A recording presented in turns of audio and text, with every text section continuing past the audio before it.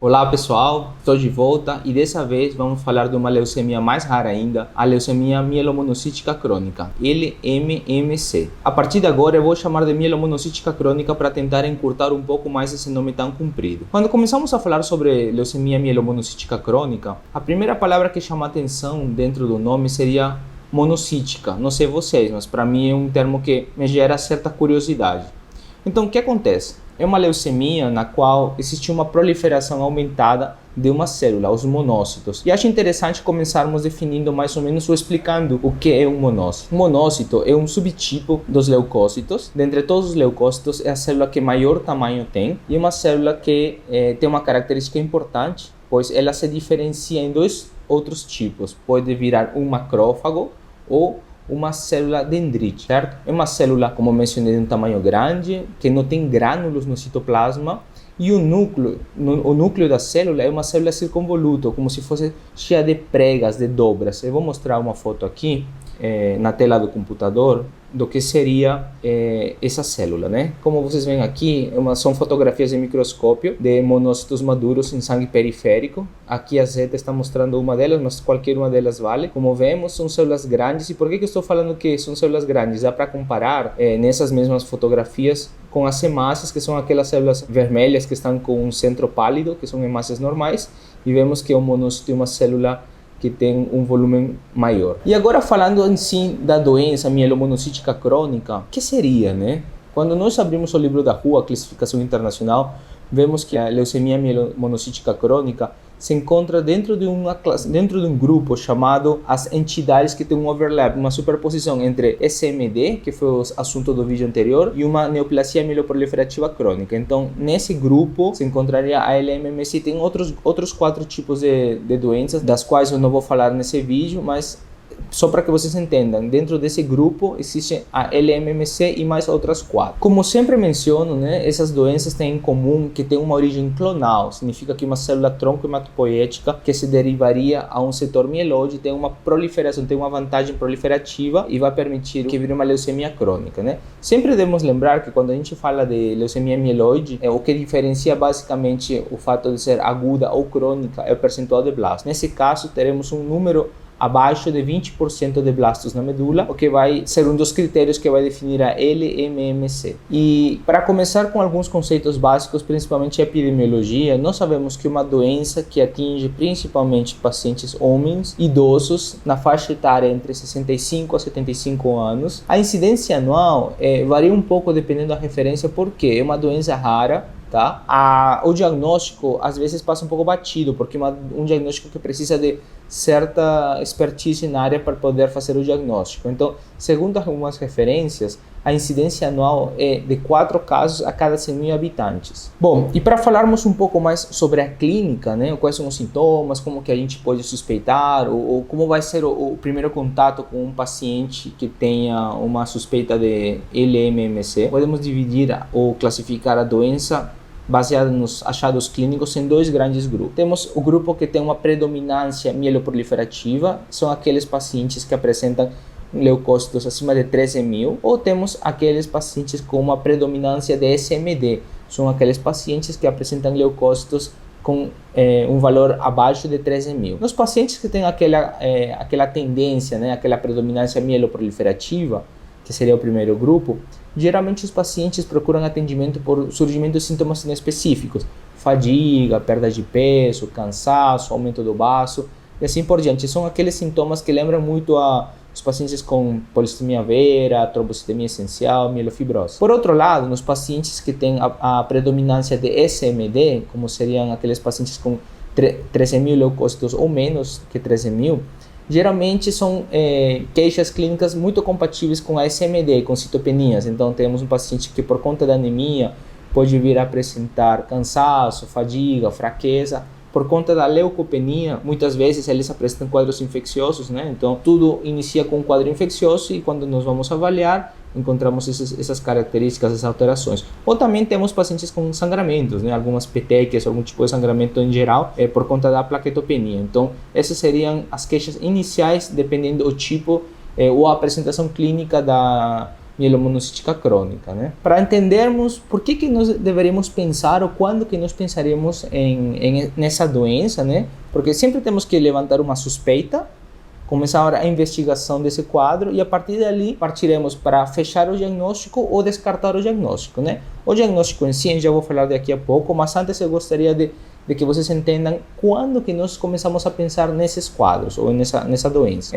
Como eu mencionei, o que chama muito a atenção nesses pacientes é que no hemograma vai acontecer uma monocitose, né? Uma monocitose absoluta, que seria um número acima de 1000 monócitos, e uma monocitose relativa, significaria que esse número total represente mais de 10% dos leucócitos, tá? Então, temos um paciente com queixas inespecíficas que tem uma monocitose.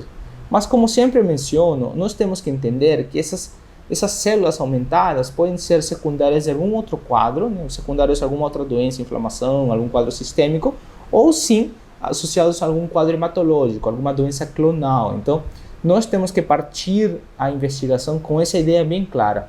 Primeiro investigar e descartar quadros secundários para depois sim pensarmos em quadros propriamente hematológicos. Devemos lembrar que a monocitose é muito característica em quadros infecciosos, né? Por exemplo, tuberculose, endocardite infecciosa subaguda ou infecções fúngicas crônicas. Também temos quadros, as doenças reumatológicas, as colagenoses, como por exemplo lúpus, e sarcoidoses podem causar aumento de monócitos, né? São monocitoses reacionais. E também existem alguns casos, né? Pacientes que foram submetidos a alguma quimioterapia, né? No processo pós-quimioterapia, no qual a medula óssea começa a se recuperar, é normal, é esperado que essa medula comece a produzir células em grandes números. Ele começa a liberar no sangue periférico aumento de monócitos. Então, sim, pode acontecer monocitose também nesses casos. Depois que nós descartamos quadros metabólicos, infecciosos, esses que eu acabei de mencionar, devemos pensar em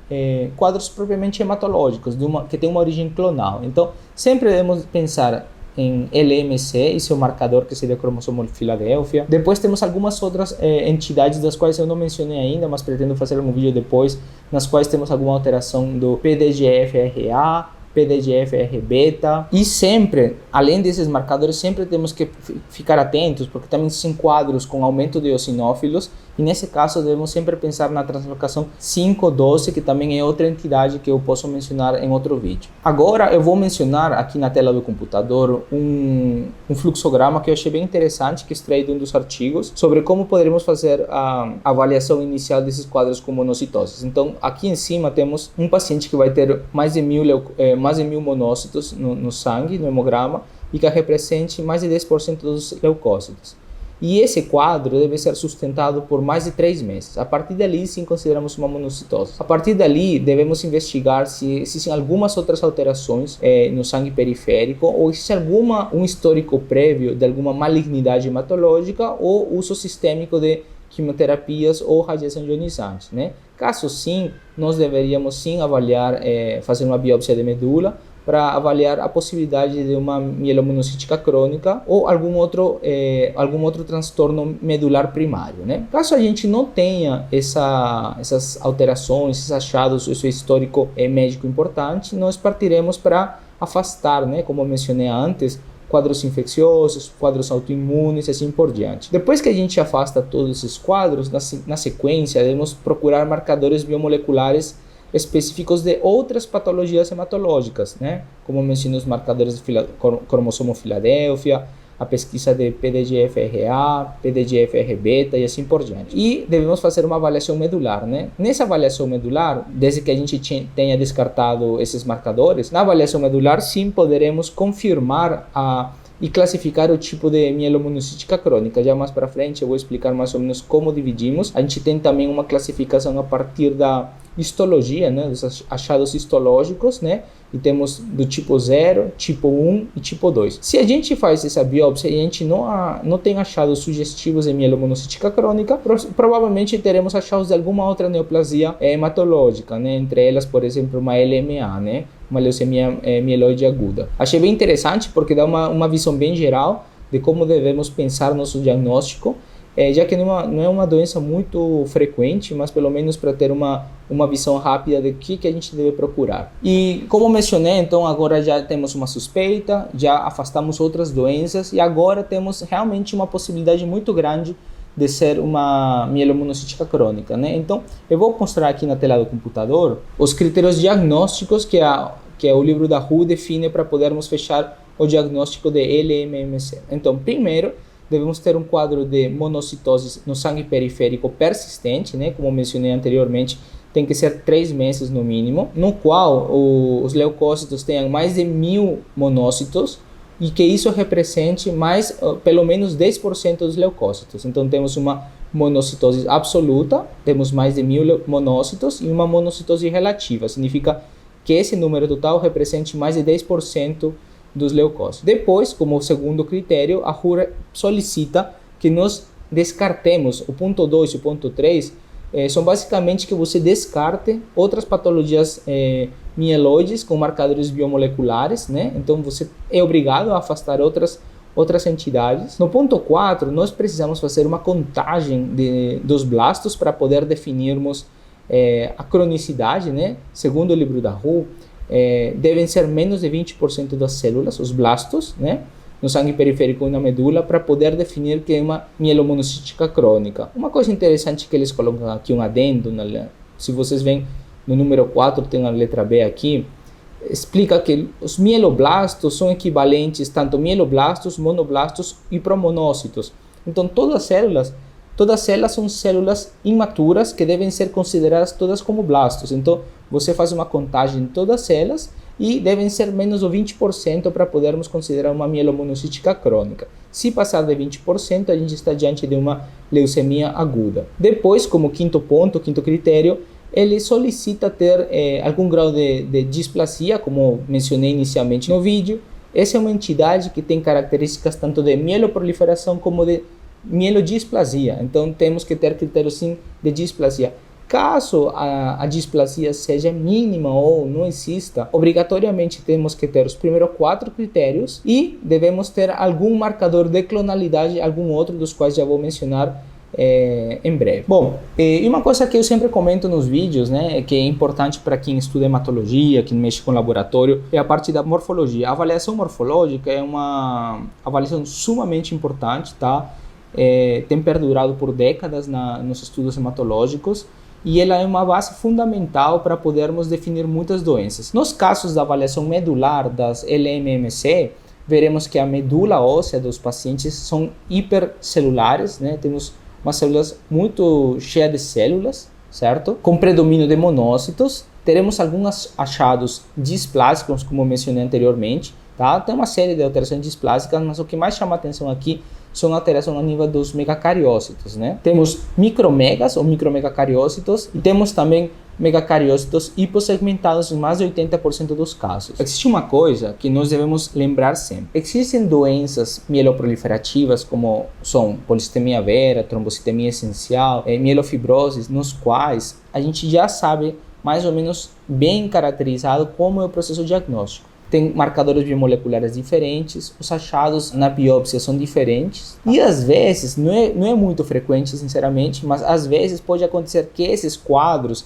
apresentem um grau de monocitose, tá? Sim, alguns trabalhos publicados em 2017, me parece, que falam de que a presença de monocitose nessas patologias levariam a um pior prognóstico, mas a gente não deve confundir. Se nós temos inicialmente um quadro de doença mieloproliferativa que posteriormente evoluiu com monocitose, é uma coisa totalmente diferente do que estamos falando aqui. E não devemos misturar as coisas, entendido? Uma coisa também muito interessante é que nós podemos classificar a mielomonocítica crônica em 3 grupos a partir dos achados histológicos. O que significa isso? Eu só vou mencionar rapidamente. A partir da contagem do número de blastos, nós podemos classificar a mielomonocítica crônica em 3 grupos. Grupo 0, Grupo 1 e Grupo 2. Sabemos que quanto menos blastos tem, o número é 0. Depois vai para o número 1 e quanto mais blastos ou perto da leucemia aguda, é o número 2. Nós sabemos que o grupo número 2, eles vão evoluir para a leucemia muito rapidamente. Então, é um paciente que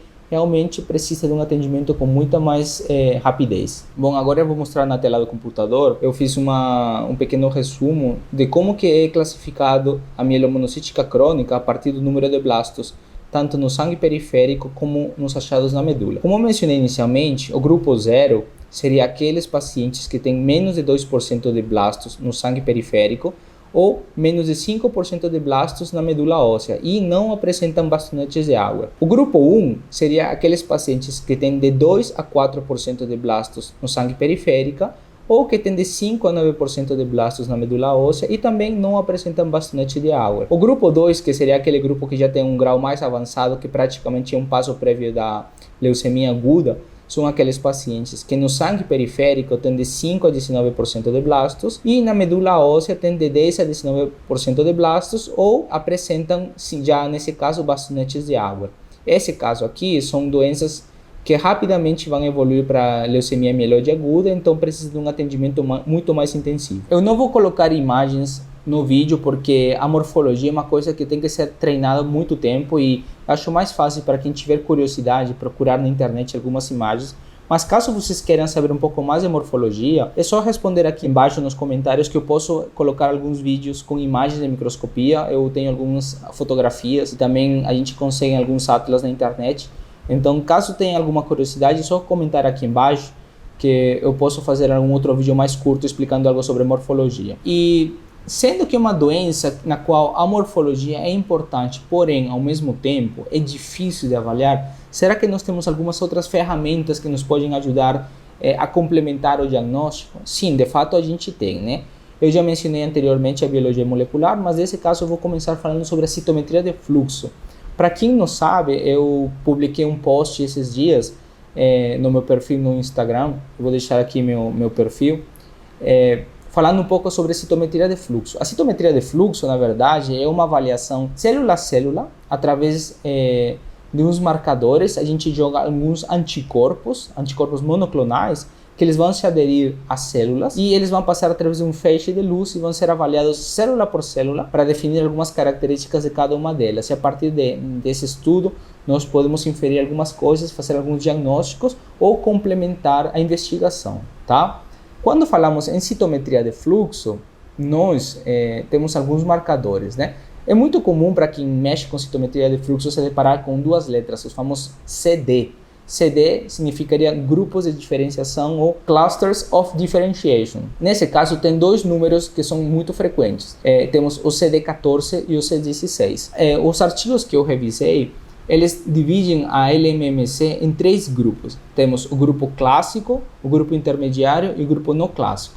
Eu vou ler aqui para não confundir. Por exemplo, esses trabalhos que eu revisei, eles definem os pacientes que têm o CD14 positivo e o CD16 negativo, é o padrão clássico, né? É um fenótipo, né? É uma aparência física, né, dos monócitos predominantes em pacientes sadios, tá? Porém, também estão aumentados nos pacientes com mielomonocítica crônica. Já o grupo intermediário são aqueles pacientes que têm CD14 positivo e CD16 positivo. Esse, junto com o grupo não clássico, que seria CD14 em baixo nível, e o CD16 positivo, que seria o grupo não clássico, e o grupo intermediário, são tipos de monócitos, na verdade, que se encontram elevados em quadros reacionais. Eu não vou entrar em muito detalhe sobre a citometria de fluxo, porque é uma área da hematologia, medicina laboratorial, muito específica, muito ampla, né? Então, acho que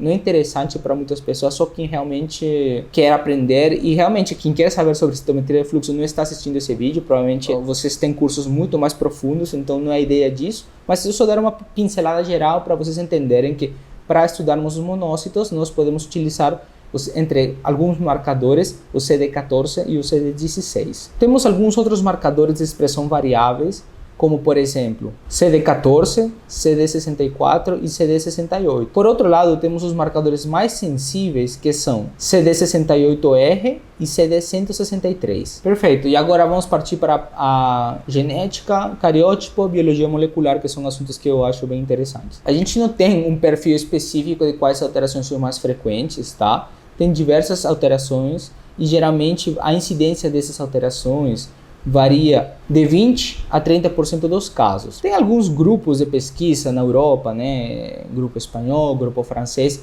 que tem classificado, a depender das alterações cromossômicas, em risco baixo, risco intermediário e risco alto.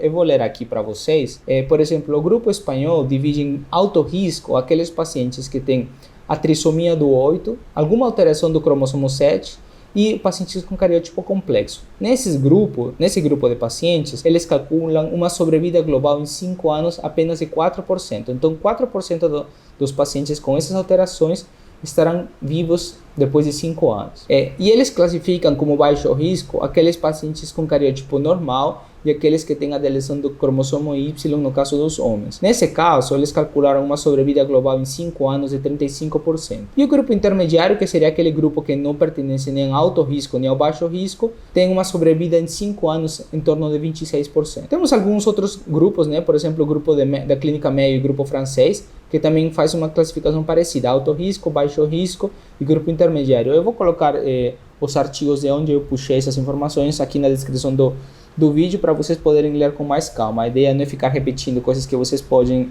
ler em casa com calma. Depois temos os achados de biologia molecular, eu vou mostrar na tela agora. Temos uma lista enorme de alterações, tá? Mutações por biologia molecular. Porém, de todas elas, temos 3 que são as mais frequentes. Aqui temos a ASXL1, temos o TET2 e temos o SRSF2. De todas estas, a mais frequente, como vocês veem aqui, seria o TET2, porém, a que pior prognóstico confere seria a presença do ASXL1, certo? Bom, e a partir dali, nós temos que poder situar nosso paciente a partir do risco, o risco de evoluir para uma leucemia aguda. Então, nós temos que utilizar algumas ferramentas para poder colocar nosso paciente como um grupo alto, um grupo intermediário, um grupo baixo risco. Para isso, foram criados diversos scores, tá? Score prognóstico, que, na verdade, tem mais de 7 tipos de scores, tá? Eu utilizei um artigo de revisão de 2020 do Programa Educacional do ASH, que seria a Sociedade Americana de Hematologia, e eles propõem esses 3 scores que eu vou colocar aqui na tela. Então, eles propõem score da Clínica Mayo, MMM, que todos eles utilizam biologia molecular. Depois tem o grupo francês, também tem um score que utiliza biologia molecular. E temos o CPSS-MOL. Esses são os 3 principais que eles utilizam. Parece que o desempenho de qualquer um deles é parecido entre eles. E nos casos nos quais a gente não tem possibilidade de acessar a biologia molecular, porque realmente não é todo lugar que tem esses exames, eles sugerem mais 2. Temos o score desenvolvido pelo MD Anderson e temos o CPSS, que não inclui biologia molecular, que seria um irmão desse CPSS-MOL. A partir dali, nós podemos definir, como vocês veem aqui na tela, um grupo de baixo risco, intermediário ou alto risco. E que devemos levar em consideração na hora de avaliar também o risco, né? Que fatores nós podemos identificar que podem falar, esse paciente tem um risco maior de desenvolver uma leucemia aguda. Para isso, nós temos alguns achados, né? Por exemplo, o cariótipo complexo, o percentual de blastos, quanto maior o número de blastos, maior o risco de evoluir para uma LMA. Uma monocitose importante, né? Então, acima de 1000 monócitos já é uma coisa que pode ser associada à evolução mais rápida à LMA. E a presença dos marcadores biomoleculares, como mencionei, principalmente o ASXL1. Bom, e a partir de agora vamos partir para o tratamento, né? Que é uma coisa que todo mundo sempre se pergunta. Infelizmente, a única opção de cura potencial para esses pacientes hoje em dia é o transplante alogênico de medula óssea. Como sempre comentamos e já comentei no vídeo sobre SMD, infelizmente por essa doença ser de uma população mais idosa, apenas 10%, em torno de 10% dos pacientes conseguem ser candidatos para transplante de medula óssea. Isso por quê? Porque são pacientes que muitas vezes são fragilizados por outras doenças. Então, quando nós submetemos um paciente ao transplante, por mais que o condicionamento, a quimioterapia que a gente utiliza pode ser de menor intensidade, é um desafio muito grande para o organismo. Então, os casos que vão para o transplante têm que ser muito bem selecionados para não causar um maior prejuízo para o paciente. E nos pacientes que a gente não consegue submeter ao transplante, por diversos motivos, existem alguns outros medicamentos, né? A droga que foi aprovada especificamente para esse tipo de pacientes, né? Hoje em dia, temos os agentes hipometilantes, como acetidina e decitabina, porém, sabemos que são drogas que agem principalmente restabelecendo a hematopoieses, melhorando as citopenias, porém, eles não apresentaram uma mudança na sobrevida global desses pacientes, devido a que não prolongam ou não mudam a evolução para uma leucemia aguda, né? Então, infelizmente, essas drogas, esses medicamentos, no final das contas, melhoram os sintomas, melhoram o status do paciente, porém, você viu que ao longo do tempo não tem uma mudança efetiva na sobrevida desses pacientes. E para aqueles pacientes que têm um risco baixo, né, que às vezes tem uma predominância mais de características mieloproliferativas, ou que são assintomáticos, alguma coisa do tipo, nós temos algumas outras medidas de suporte. Por exemplo, o uso de hidroxiureia. Para tratamento da anemia, temos os análogos da eritropoetina.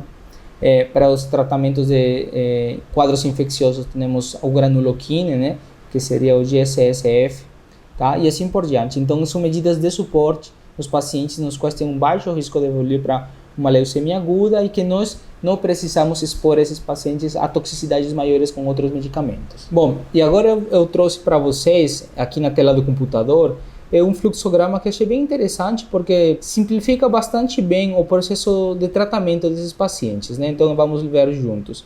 Então, nós temos um paciente que já tem um critério, já fechou o diagnóstico de mielomonocítica crônica, tá? E fizemos uma avaliação e uma estratificação de risco utilizando aqueles scores que eu mencionei com biologia molecular ou sem biologia molecular. E assim, temos dois grandes grupos. Temos os pacientes de baixo risco, que estão aqui à direita, né, com a cor verde.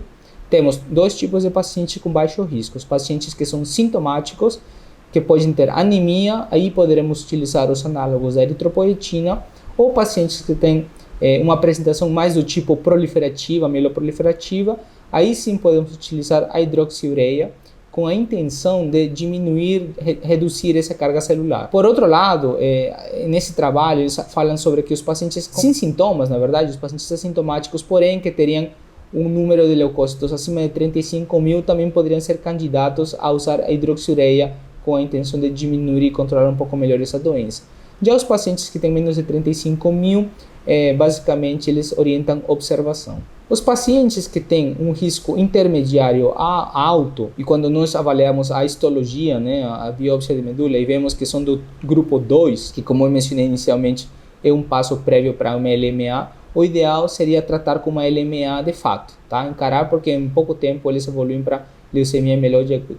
Caso esses pacientes sejam candidatos, né, para transplante, sim, a ideal é levar para o transplante, podendo fazer uma ponte, né, com os agentes hipometilantes que mencionei anteriormente. Caso os pacientes não tenham condições clínicas para um transplante por diversas coisas, no caso que tenham citopenias, anemia, leucopenia ou plaquetopenia, nós podemos tentar utilizar os agentes hipometilantes com a intenção de melhorar esses quadros. Como mencionei, os agentes hipometilantes, na verdade, restabelecem hematopoieses, porém não melhoram a sobrevida global dos pacientes. Nos casos nos quais temos quadros proliferativos ou alguma citopenia ou algo do tipo assim, podemos utilizar hidroxiureia seguido de agentes hipometilantes. E nos casos nos quais não temos condições de ir para o transplante e o paciente tem um quadro clínico principalmente proliferativo, sim, poderemos utilizar a hidroxiureia. É um desafio, uma doença muito complexa, né? A biologia da doença ainda está sendo investigada, está sendo propostos algumas drogas novas, tá? O problema é que a incidência, o número total de pacientes é muito pequeno, então a gente tem certa dificuldade para gerar conclusões e poder definir tratamentos novos, né? Mas enfim, era o que tinha para vocês hoje, é uma doença interessante, continua naquele ciclo de doenças do setor mieloide. Nas próximas semanas eu talvez fale já de leucemia mieloide aguda ou fale um pouco mais sobre métodos diagnósticos, também acho interessante nós abordarmos esse assunto. Mas eu peço sempre para vocês, deixem seus comentários, se vocês têm alguma dúvida, deixa aqui embaixo. Eu gosto muito de entender o que vocês estão percebendo com esses vídeos, tá? Se tiver alguma dúvida específica, eu tentarei trazer para vocês uma resposta. Se inscreve no canal, ativa o sininho, que toda semana eu estou trazendo os vídeos novos para vocês. Era isso, até a próxima.